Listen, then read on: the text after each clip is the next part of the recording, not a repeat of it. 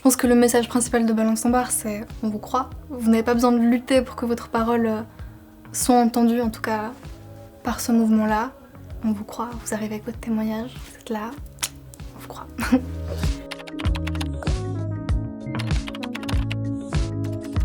Je m'appelle Maïté, j'ai 23 ans, je suis militante féministe, étudiante en psycho, je fais mon projet musical, je fais plein de trucs et j'ai créé Balance ton bar. J'ai vu les premiers témoignages apparaître sur les réseaux sociaux. Ça concernait un serveur du El Café qui avait été transféré du WAF au El Café du coup au cimetière d'Ixelles, qui avait été accusé voilà, de droguer pas mal de verres. Je sais pas, j'étais sur mon ordinateur à mon bureau et j'ai été prise d'une colère mais intense, d'un besoin d'agir en fait.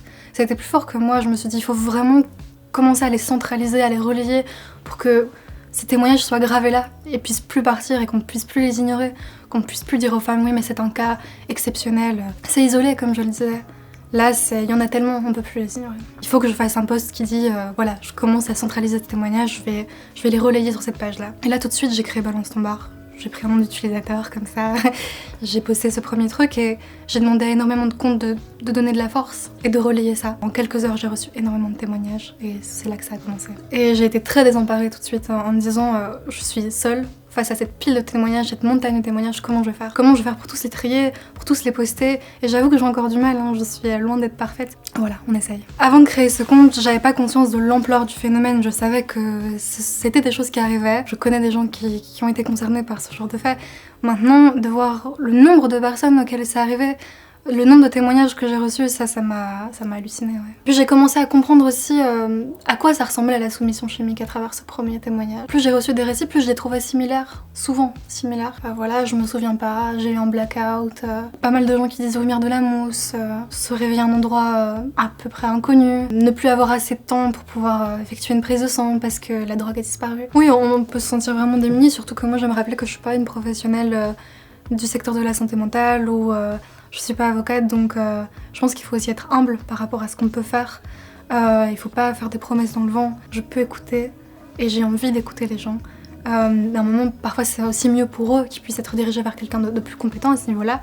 Et voilà ce que j'essaie de faire. J'ai dû apprendre à me protéger. C'était pas un truc très naturel. J'avais envie d'être dans le don de moi-même, dans l'empathie en fait, dans l'aide aux autres. Et parfois, on fait ce qui s'appelle un burn-out militant. C'est un terme que j'ai découvert sur le tas, qui est quelque chose de profondément vrai. Il faut savoir s'accorder du temps, il faut savoir couper, et je l'apprends. Jamais je m'attendais à ce que 2 semaines après, la presse internationale appelle pour demander voilà, alors c'est quoi ce mouvement? Est-ce que tu pourrais nous envoyer des survivantes? Moi je trouvais ça hallucinant aussi de voir le traitement médiatique de tout ça. Cette espèce de sensationnalisme parfois, qui n'avait pas lieu d'être en fait. Ces victimes qui étaient constamment amenées à devoir parler, s'exprimer alors qu'elles avaient déjà fait ce travail. Et pour elles, c'est ça le plus important. Les médias n'ont pas spécialement besoin d'avoir des victimes pour nourrir leur récit. Je trouve ça un peu indécent. Mais il y a 2 démarches, il y a l'approche, voilà, on enquête concernant la problématique de fond. Pourquoi l'agresseur n'est pas puni? Pourquoi tant de femmes sont encore droguées à leur insu, pourquoi tout ça arrive encore de nos jours? Et puis il y a l'autre démarche qui est, voilà, on va présenter des victimes, on va nourrir un récit sensationnaliste et ces 2 démarches qui sont radicalement opposées, moi j'en soutiens une parce que je pense que c'est très important d'en parler et d'informer le grand public, mais pas l'autre démarche.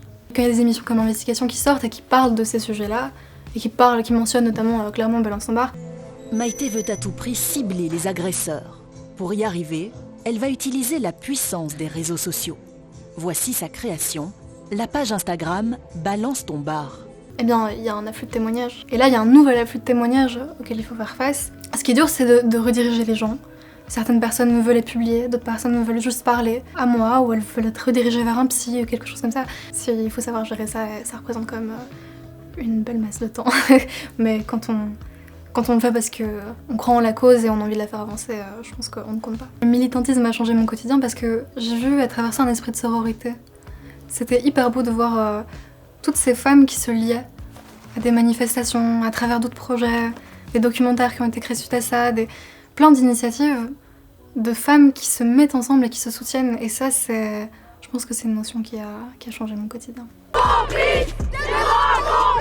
Même le jour, des fois, on se dit mais on n'est pas safe. Victime, on te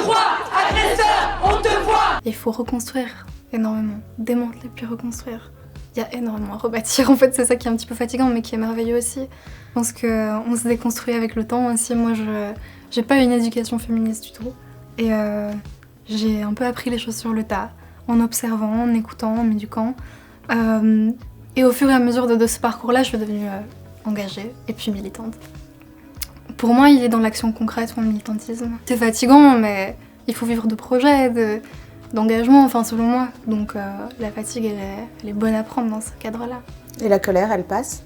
Elle passe jamais vraiment, parce que quand tu mènes un combat comme ça, t'es quand même animé. T'es animé par l'envie de justice, même s'il n'y a jamais vraiment de justice par rapport à ce genre de cas. T'es animé par l'envie de changement, t'arrives plus à voir le fait que les agresseurs restent dans l'impunité. C'est énormément de colère quand tu vois ça, que les victimes, entre guillemets, trinquent beaucoup plus que les agresseurs. C'est dur à voir. C'est la grosse question qu'énormément de personnes se posent. Pourquoi est-ce qu'il y a énormément d'affaires comme tu le disais, de polichinelles comme ça, notamment là le cas de Karl de Montjarlim, énormément de personnes semblaient savoir, de tout milieu, de tout âge, de tout...